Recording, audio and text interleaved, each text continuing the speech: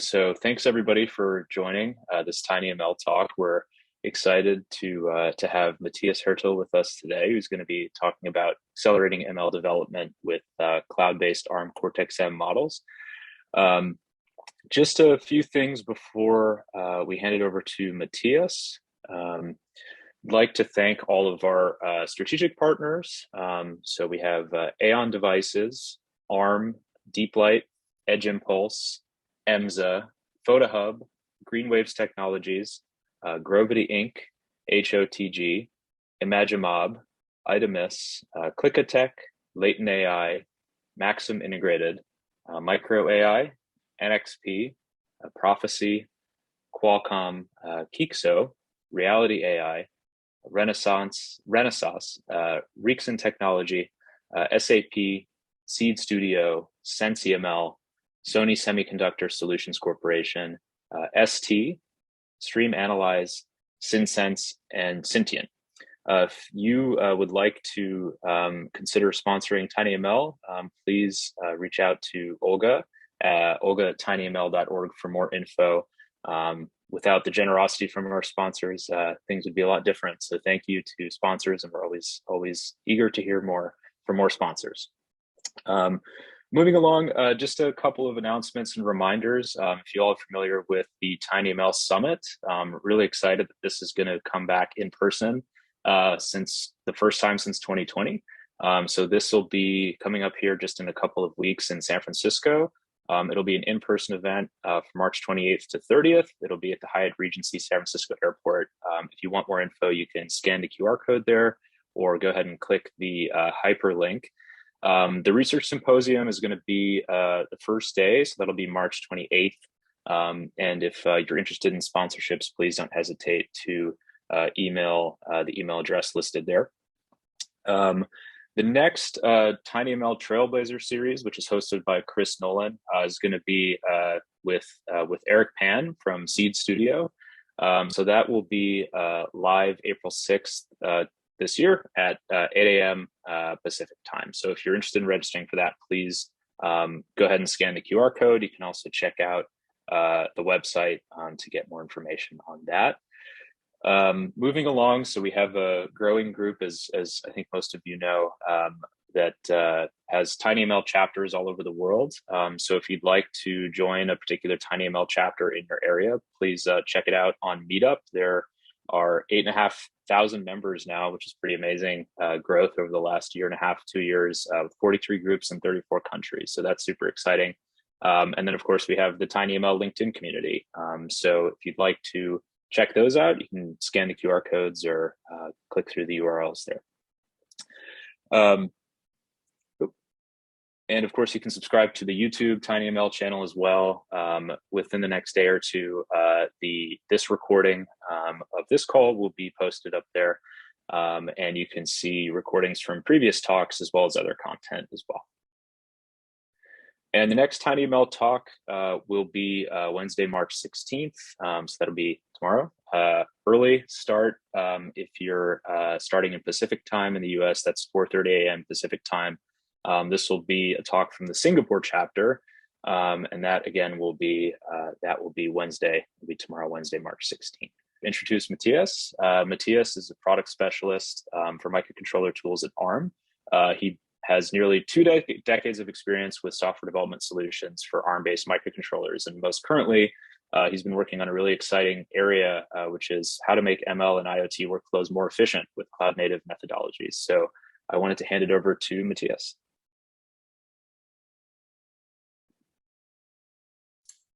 Thank you. So thank you for having me. Yeah, as you already introduced me, I have been working with embedded software development for a long time. When I started with that more than 20 years ago, it wasn't even Arm microcontrollers. It was 8051, 8-bit microcontrollers.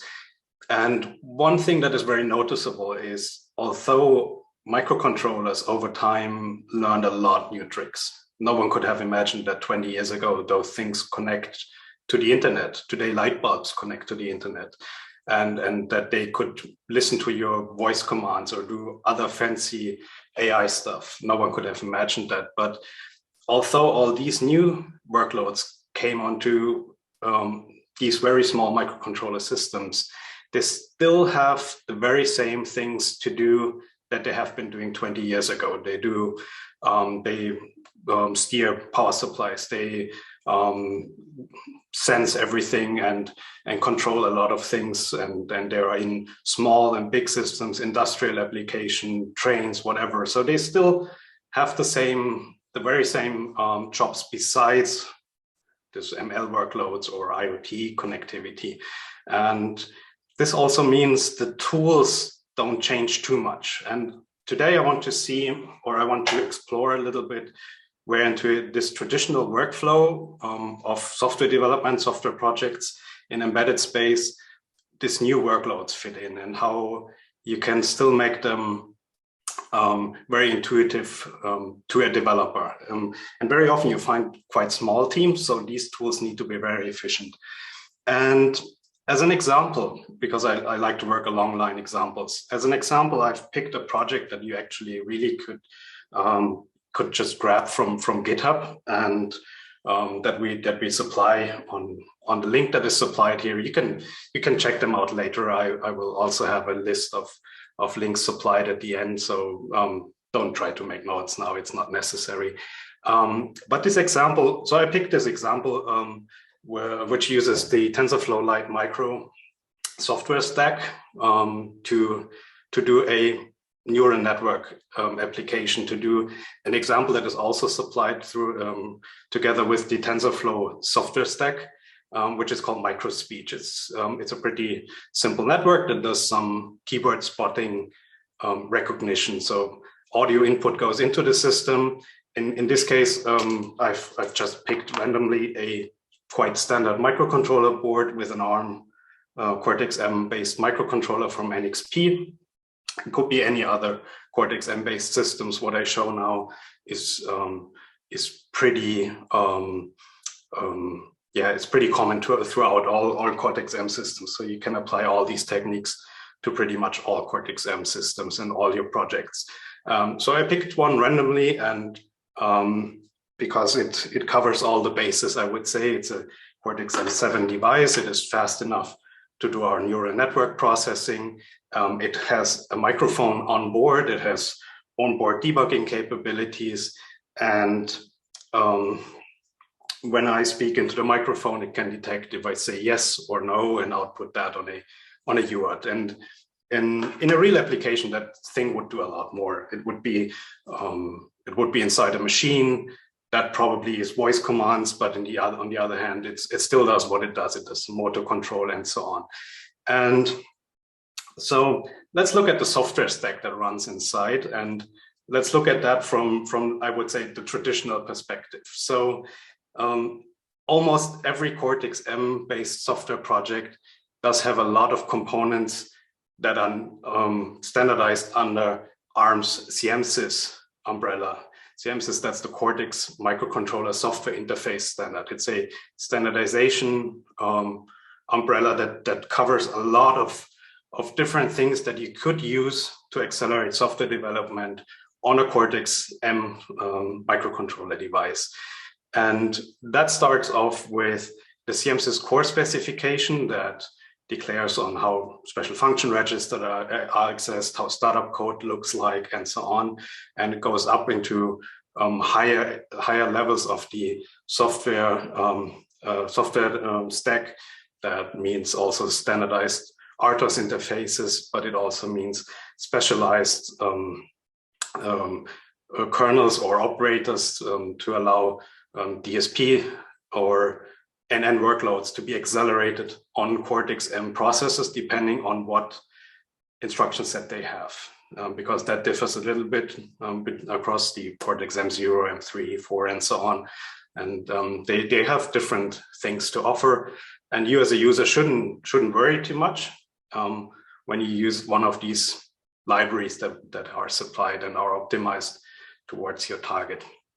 Also, there's standards for accessing peripherals through the cmsis drivers interface, and typically we'll also have additional peripheral or hardware access layers supplied by the silicon partner. And in our use case, the important one is the TensorFlow stack. So that sits on top of the cmsis NN library that is supplied with the device support of your package, more or less. And what I want to highlight, or what I want to look into, is how does that integrate into the project? Where does that come from? And what does it mean to me as a developer? So typically, we'll use a technology called cmsis packs. cmsis packs is a delivery mechanism that allows us to declare device support. So it will have the startup code for your device. When I'm a silicon supplier, I can create one of these cmsis packs for my device family. It will have flash algorithms, it will have startup code, register include files, everything bundled up for you to be easily consumed in the development environment that of your choice, basically. What you see here is screenshots of Arm's MDK environment in its current version, and it has a couple of tools that help you to look up onto the public repository of packs, find your device, and then find packs and software components that are compatible with this device. And as you can see, it supports 9,000 devices now. So almost all projects will spawn off with software support from a cmsis pack.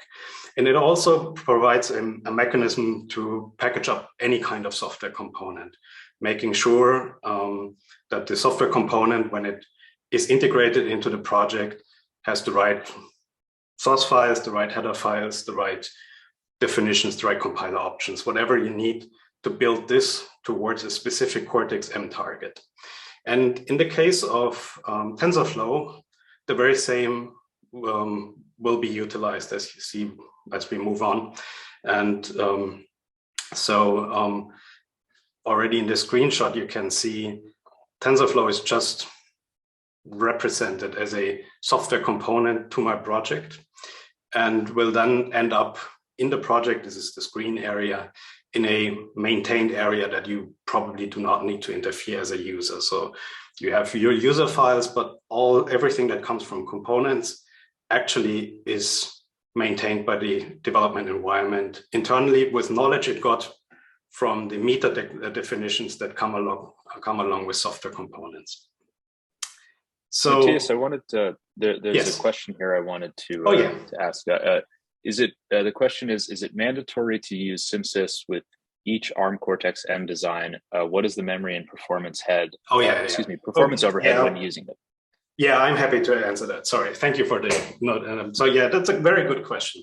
So no, it's not mandatory. And to be fair, not every silicon partner we have has adopted this technology. Also, most do, because of the quite obvious reasons of the very same use and look and feel of the development approach. But overhead is probably not a thing to look at, to mention here, because what it in reality typically in the baseline, the cmsis core only is the register include file that does not produce any code. So it has a couple of functions, helper functions. If you do not use them, they do not add up, right? So probably overhead isn't. You can of course go ahead and write everything from scratch, and typically today you would want to have a pre-tested software component, and especially libraries like the cmsis DSP and so on. They are very proven and well used in field, but all of these things are optional, right? So the baseline, the cmsis core, the register include file, these do not add up really. You will need something like this anyways, but typically you get already a tested software component from your SIP or whoever. And on the other hand, everything else, if you don't want to use it, like the RTOS kernel, don't use it. It's optional. Yeah, and you will find quite good specifications on what the code size and so on is online, and then you can decide by that. Yeah, I hope this answers this question. Yeah, so quite good in the context, I would say. I just want to give you quite an idea on how popular that is, because I find that surprising as well. We're doing the cmsis pack story since quite a while, and since most device support is delivered in it, it has quite some uptake. So we do have 800 different packs already online, so they are available to all supporting IDEs. That's Kyle MDK, but it's also partners like IAR, or there's an open source Eclipse plugin, so all Eclipse-based IDEs do support the technology. And 9,500 devices are currently supported via packs, publicly listed, some internally, depends on what the Silicon partner decided to do. And just as a number, 2 million packs have been downloaded roughly a year. That's just for our own IDE. Other IDEs might download same amounts. We don't know, we don't see that. Yeah, that's just to give you an idea of how popular that technology is. And that also sets the context why there was quite a urge to bundle up software components, especially standardized software components from the open source world, like TensorFlow Lite Micro. And so in this picture, I want to show you that this is not as simple as it might show, or there's more to it. So we do have the GitHub repository, TensorFlow TF Lite Micro. A lot of you people have probably already been there, downloaded that thing. There's a lot of examples and targets supported and so on. And it's a variety of things you have. But if you are that software developer that has his board or his hardware already designed and has a very, very specific side job, I would say, to have keyword spotting, as in our use case here, in addition to his project. So he has his project already set up. He has a lot of software components going on in there. It has an IoT connector. It has a motor control library in there. It is already a quite complex functional system. How do I integrate these 200 source files from TF Lite Micro? How do I identify them? How do I get these all into my project with the least possible struggle? And the cmsis pack software component thing is the probably easiest way to do it. And it's a little bit like in this screenshot. So you select components and an acceleration variant. We will look into this in real later, but that's more or less the idea of it, right? So to integrate this in my project, I have a tick box somewhere in my development environment, and the components are added. And to have the software pack available in the repository, a lot more was necessary. So we teamed up with Google and spoke to them how they typically do these community deliverables, and typically another repository that refers to the upstream one is used where all the build logic is and test and so on. And this is currently hosted on GitHub MDK packs TensorFlow pack. This builds a functional TensorFlow Lite Micro pack that can be integrated in the way as you see it on this screenshot. The problem we have these 9,000 something devices that this possibly can run on, and they at least are based on 9 different Cortex-M core variants that might be relevant. So how can we guarantee that whenever someone makes changes to the upstream repository, the whole thing doesn't break on one of these devices or cores that the device is derived from. So ARM virtual hardware gave the perfect platform to not only have the pack build process online, but also make sure that we have a platform that we can test the generated library immediately while we create this pack. And so I'm sorry. So we have this virtual hardware instance that is actually, in our case, hosted on Amazon AWS on an EC2 instance, where we can just instance them on the fly. I will show this in a little detail very soon.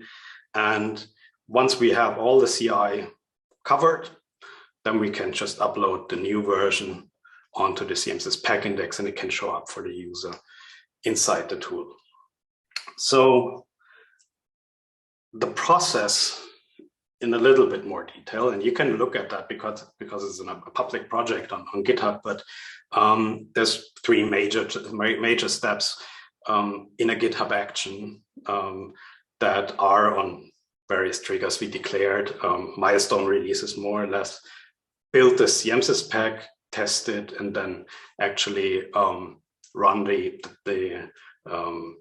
after the tests, we can do the publish to the repository. So building this pack is more or less, there's a Python-based process that determines all the source files required, writes the meta information. For the pack, it's an XML-based description file that goes alongside with every pack that declares which files are needed for which configuration and so on, packs that, and then it generates test projects from the unit test source that is on the upstream repository. There's a couple of thousand files that have a lot of various kernel tests and so on inside. A test project in cmsis project format is created alongside with that. And this cmsis project refers to the newly generated pack software components. So we immediately can test them in the natural workflow they would be used in on the user end as well. And then we transfer all that. We use a GitHub action plugin that is supplied by ARM to copy that over onto the ARM virtual hardware instance, build and run. So what is this ARM virtual hardware? What does it supply? And in a nutshell,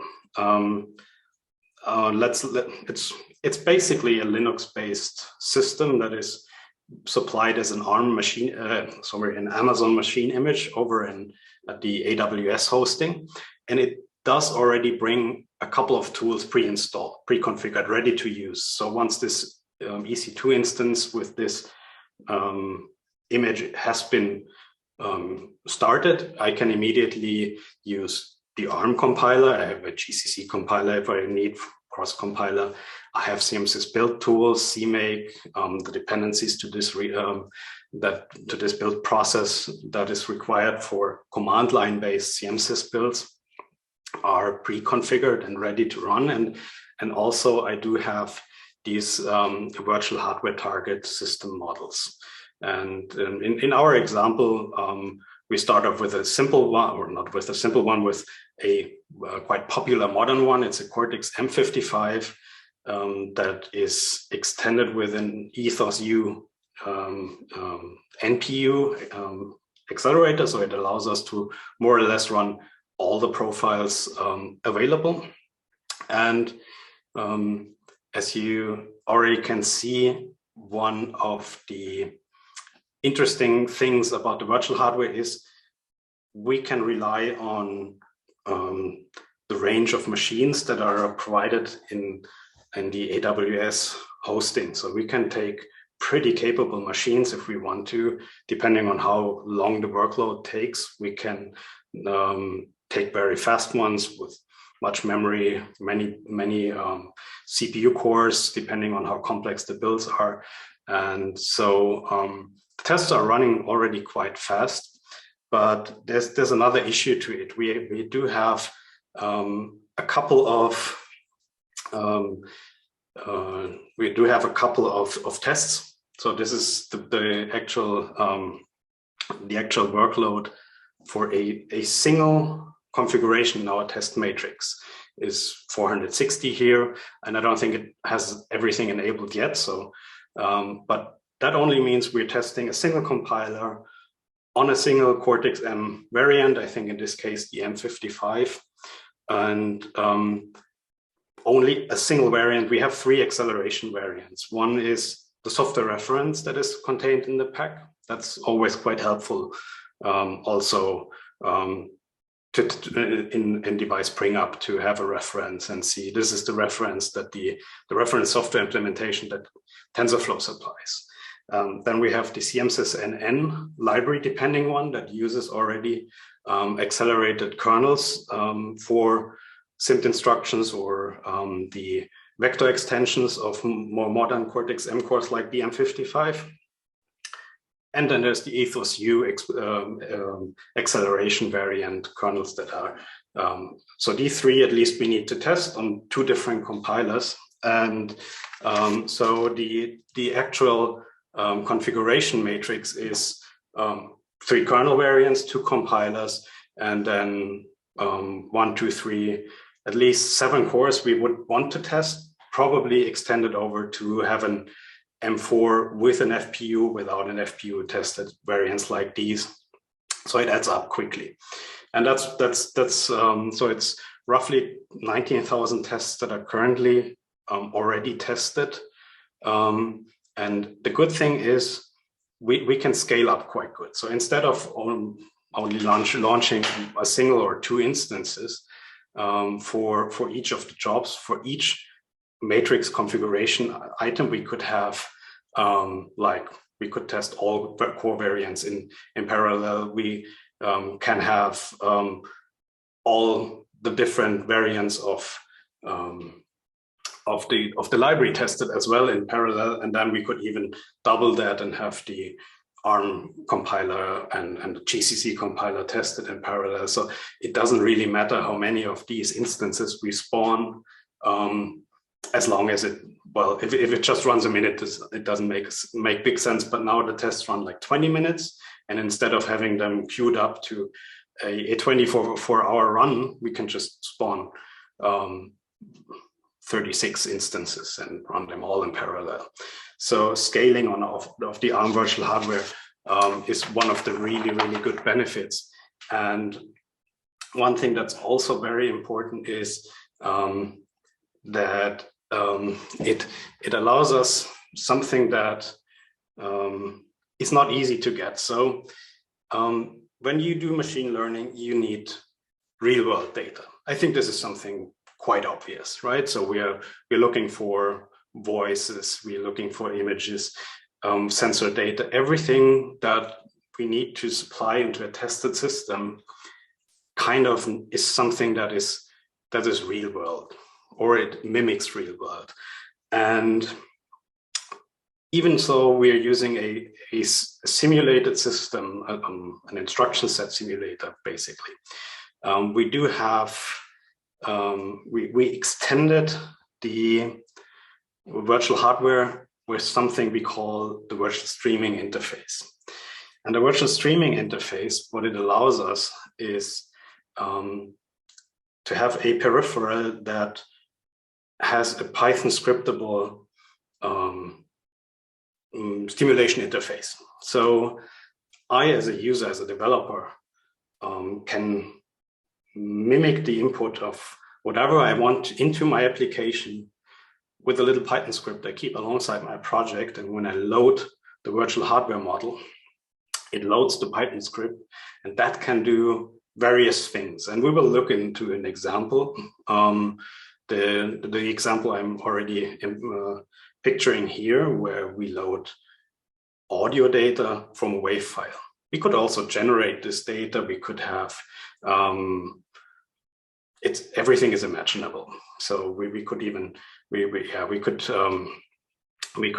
generate sensor data. We could generate everything Python can do, basically. And whoever has experience with Python, there's not a lot of limits, and there's a lot of tool chains that you can use to generate very complex input data or supply pre-recorded input data. In this case, we're using the wave format.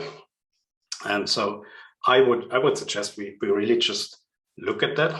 And one more thing I want to look at before I close the theory part and go into the real life one is actually show you where that virtual hardware fits into where it touches local development, where you have an IDE, where you do debugging locally and so on. And then you can use the very same technology online as you have seen, as we use it for the packs. You can utilize this as a developer for your own CI on GitHub or whatever you prefer to use.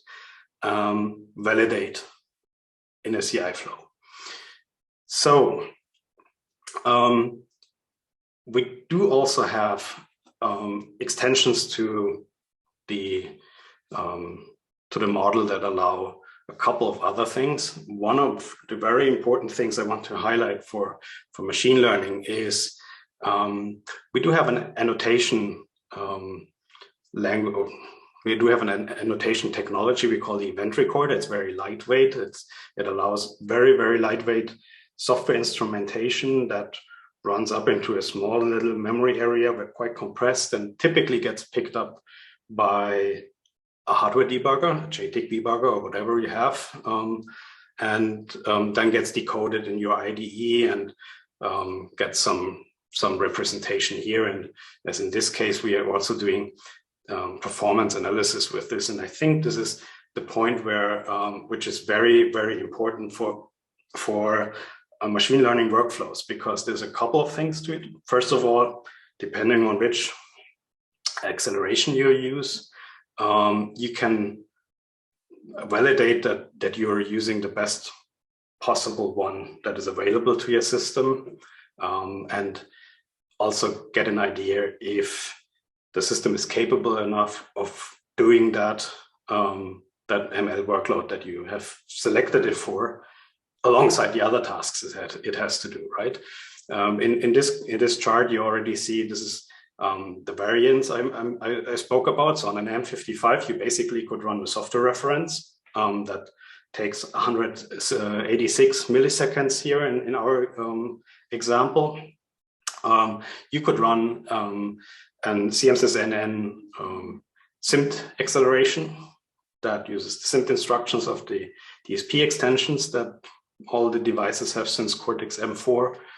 That already accelerates down to 16 milliseconds. You could use the MVE, the vector extensions, the new ones the M55 has. They're even more capable, running 8 parallel mux. That would accelerate it up to roughly 8 milliseconds. If we would have an ethos available, that accelerates a lot faster. So, and the event recorder technology and the profiling we have helps us to validate that these numbers we have in theory actually show up on a target as well. This technology would be available on my board, but it also is available on the virtual hardware when I connect a debugger to it. So let's really look into this. And the example I've originally shown to you, that is available on GitHub. So you can really just do a clone and do everything I'm doing here on your own, if you like. And so let's explore the source code of this example a little bit, or especially the streaming interface. I think this is a very important part. So this example has the source code that I got from the TensorFlow repository for this example. And then we have projects for the hardware target. That's this board. So I could load it to there, say yes, no, and I would get on the URL, I would get the output. And we also have a variant that strips off the hardware access layer for the NXP device and has a hardware access layer for the fixed virtual platform for the Arm virtual hardware, which is on Amazon. So alongside with this virtual hardware target, I have already a test wave file. This is the one we want to feed into our firmware project when it runs in the virtual hardware. Yeah, I will answer this question also. It is about the real-timeness, and this is not guaranteed to run in real time. It can. It really depends on the system and what you do. But the idea is not really to have that these things to be running in real time. So that we do have a couple of acceleration methods to make sure the model runs as fast as it can, especially since they are capable to connect to the internet. So there's also a virtual sockets, what we call them. So you can run a TCP/IP stack that connects to the outside world in your firmware.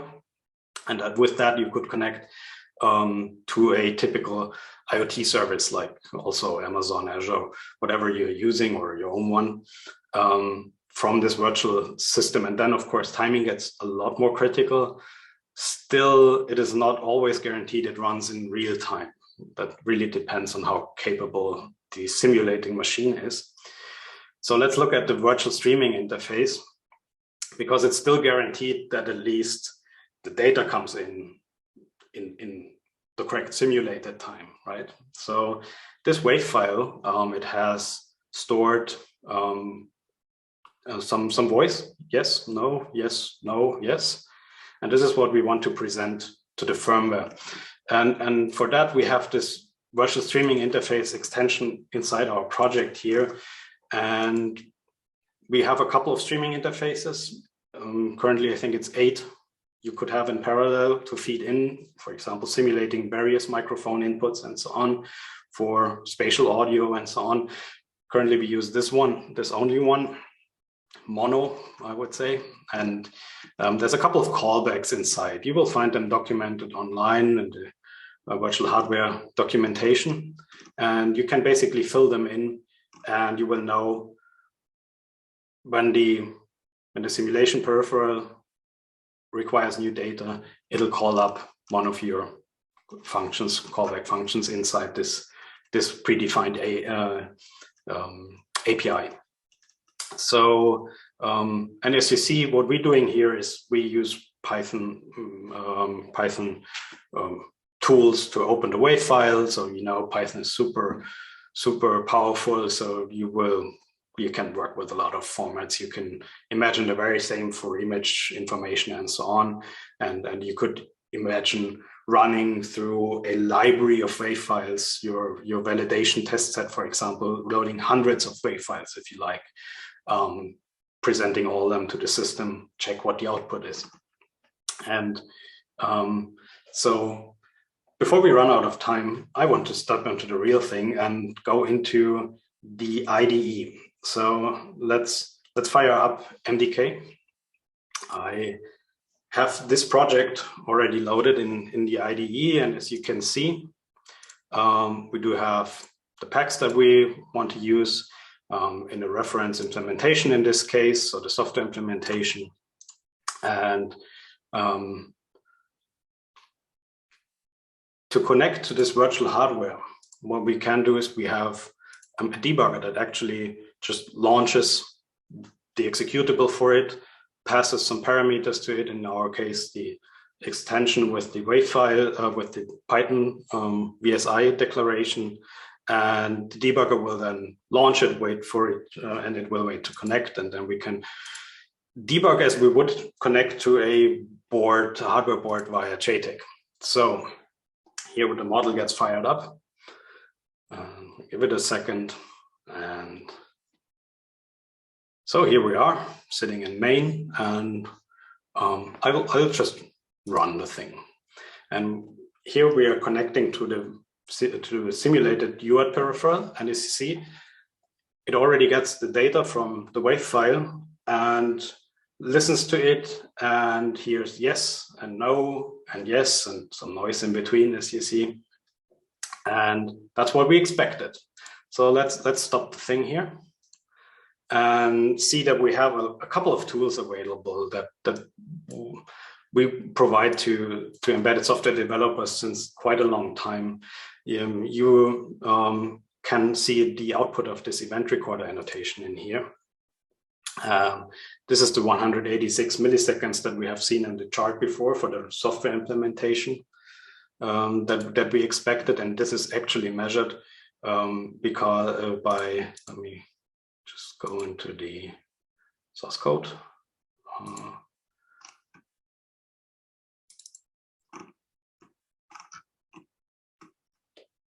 You should find the instrumentation up here. Let me see. Here. So here you see event start, event stop. This is actually the time we want to measure, and that's where it shows up here. And we can measure different stages. This is the pre-processing stage, for example, because that could be optimized as well. But you can, as a user, decide that. You can have your own annotations in there, but also we have annotations for standard software components. This one runs already an RTOS kernel underneath, which brings us a couple of advantages as well. As you can see, we get statistics, we see, we get information about threads, we see how much of the allocated stack memory is used and so on, stuff that the debugger automatically reads out of the software components inside the firmware. So just let me to give you a little idea on how you can utilize this technology. Let's move on to another acceleration stage of the component. So this is now using the cmsis NN acceleration of the machine learning or the TensorFlow pack. So here it uses the variant cmsis NN, and that should automatically determine the ideal instruction set on the target. In our case, use the SIMD instructions. And then let's run that. And we see, fires up the UART again, detects yes. Runs a little slower in the simulation because it's a more complex instruction set.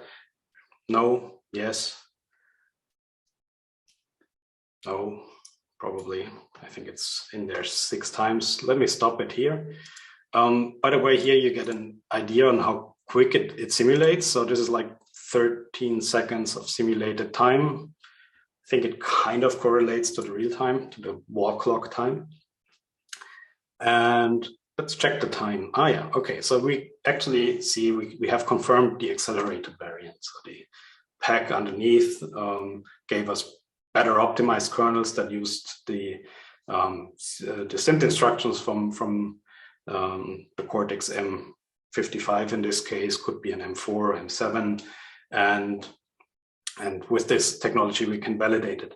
Now, just as a last thing, because I've shown you have the local development, you have the cloud development.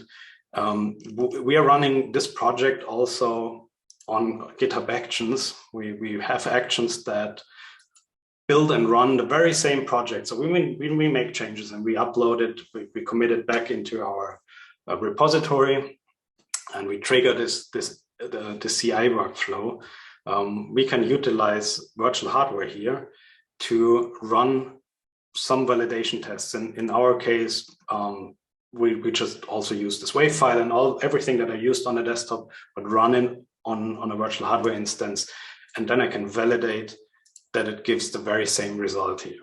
And what I also can do is I can write this event recorder. There's a command line interface to it. So I can write this event recorder log out onto the virtual hardware instance, analyze that I do get these timings that I have already measured before, and make sure they stay in a certain predefined corridor, making sure like a regression test could be a use case for this, for example. Yeah. Okay. So this is where I'm coming to the end of my live presentation, and I collected a couple of resources for you, and as you have heard in the beginning, you will find the recording and probably other material uploaded very soon. So if you want to refer to it, a really good starting point is the KyleMDK Community Edition. It's the tools I've shown you, the KyleMDK, the Microvision IDE debugger with the capabilities you have seen, and the Community Edition gives you a non-commercial license to use if you want to explore that further. You could also use our Studio, Kyle Studio Cloud version. It's not fully capable as the desktop version, but it's evolving and it will be the future tool. It also can handle cmsis projects and has GitHub interface and a lot of very interesting features. Then there's the link to the virtual hardware getting started documentation. You can explore that on the link, on the third link you see here. And there's a lab series with very interesting use cases.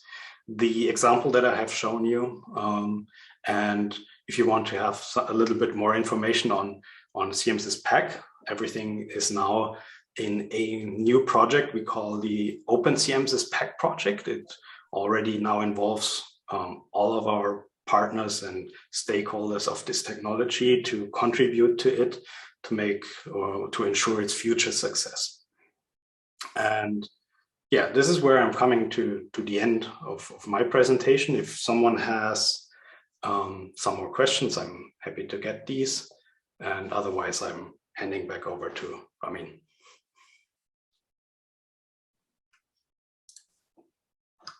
Great, thank you so much, Matthias. It was a fantastic talk and really interesting stuff that I certainly hadn't seen all of it before, so that was really exciting to see. And thank you for the thoughtful questions from those who asked the questions. So just a quick follow-up, as Matthias said, if anybody has any questions now, we do have a little bit of time for Q&A.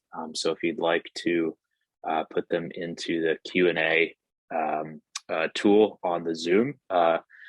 In the meantime, we'll just take a brief pause here, just to leave some time just for any questions.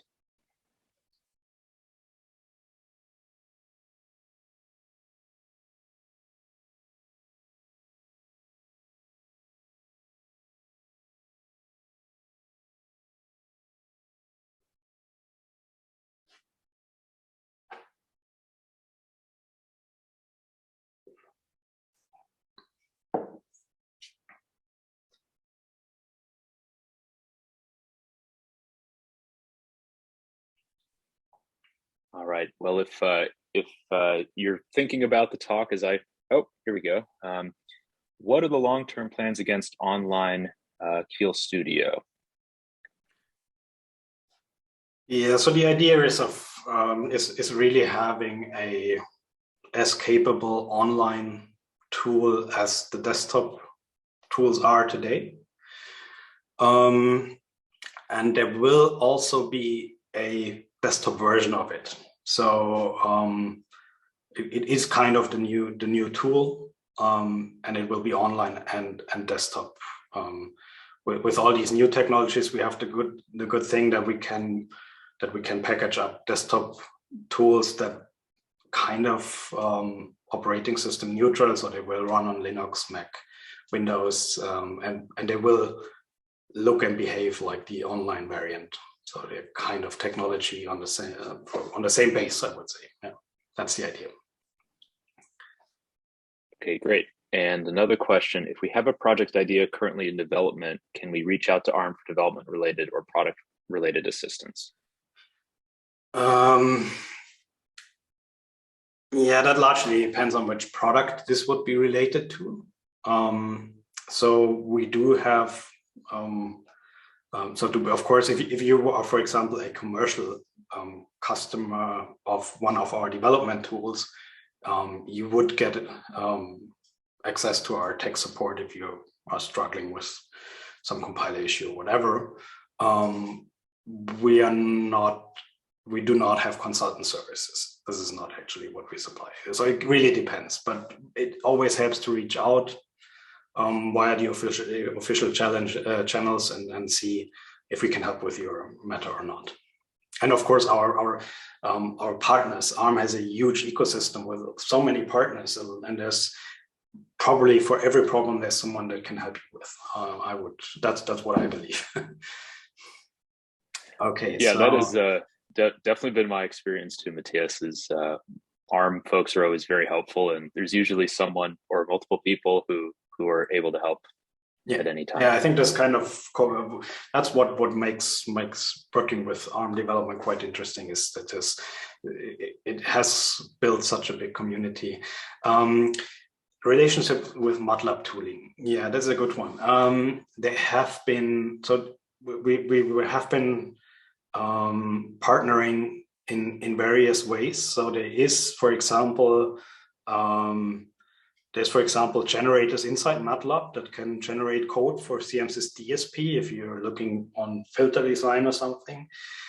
What you also could imagine, as far as I know, MATLAB also has like Python interfaces. So I can imagine, since we can run more or less everything Python with this virtual streaming interface, I don't see a big reason to stop you from communicating with Modelica or MATLAB or other tools externally to feed in data into the virtual hardware, and then for validation. So this also is on various levels, but the answer is definitely yes. There is interaction and integration to a certain extent. Great.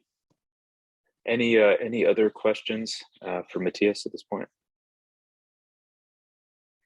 If not, feel free to drop me a line or contact people at the tinyML Foundation to forward it to me. Or there's the forums.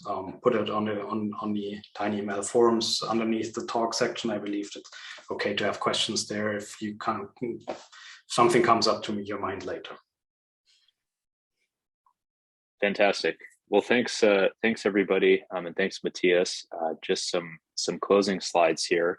As Matthias mentioned, head over to the forums at tinyml.org if you have any other questions or for the slides. And of course, you can check out the YouTube channel for the recording of this video.